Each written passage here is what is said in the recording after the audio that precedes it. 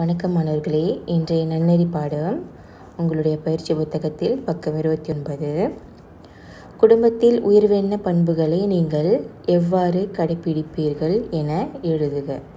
இங்கே நீங்கள் பார்த்தீங்கன்னா இங்கே 6 சூழல்கள் இருக்குது. இந்த 6 சூழல்களையும் நீங்கள் எப்படி உயர்வென்ன பண்புகளை கடைப்பிடிப்பீர்கள் என்று எழுத வேண்டும். ஓகே, உதாரணத்திற்கு தாத்தாவுக்கு அமர இடம் தராமல் தம்பி நாற்காலியில் அமர்ந்து கொண்டான். நீங்கள் என்ன செய்வீர்கள்? அதாவது உங்கள் தாத்தா உட்கார்றதுக்கு இடம் கொடுக்காம தம்பி இடத்துல உட்காந்துட்டார். அப்போ நீங்கள் என்ன செய்வீங்க? ஓகே, இந்த சூழலை நம்ம என்ன செய்வோன்னா, தாத்தாவுக்கு அமர இடம் தருமாறு தம்பியிடம் அன்புடன் இல்லைன்னா பணிவுடன் கேட்டு கொள்வேன். ஓகேவா? ஸோ அவர்கிட்ட நம்ம அழகாக சொல்லி இடம் தரணும்னு நம்ம அவருக்கு எடுத்து சொல்லி கேட்கலாம். ஓகேவா? அடுத்து, அன்னையை எதிர்த்து பேசுகிறாள் தங்கை. நீங்கள் என்ன செய்வீர்கள்? ஓகே, உங்கள் அம்மாவை எதிர்த்து பேசுகிறாங்க தங்கச்சி, நீங்கள் என்ன செய்வீங்க?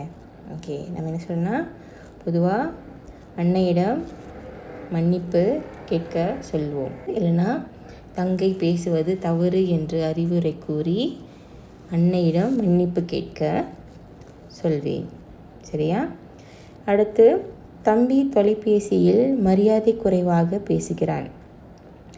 நீங்கள் என்ன செய்வீர்கள்? ஓகே, அவர் ஃபோன் பேசுகிறப்போ மரியாதை கொடுக்காமல் பேசுகிறாரு. நம்ம என்ன செய்வோம்?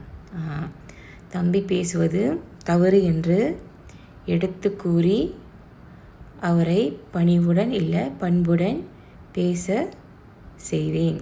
ஓகேவா? ஸோ மீதம் 3 சூழல்கள் டீச்சர் வாசிக்கிறேன். அதுக்கேற்ற ஆன்சர் நீங்கள் எழுதலாம். ஓகேவா? 4வது பார்த்திங்கன்னா, மாற்றுத்திறனாளியை தம்பி ஏளனம் செய்கிறான். ஏளனம் செய்கிறேன்னா லைக் பூலி பண்ணுற மாதிரி.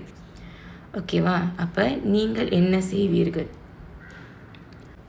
ஓகே, அடுத்து, தங்கை வீட்டினுள் காலணி அணிந்து செல்கிறாள். நீங்கள் என்ன செய்வீர்கள்? உங்கள் தங்கை காலணி வீட்டுக்கு காலணி பைக்கிறாங்க. நீங்கள் என்ன செய்வீங்க? ஸோ நீங்கள் என்ன சொல்லலாம்?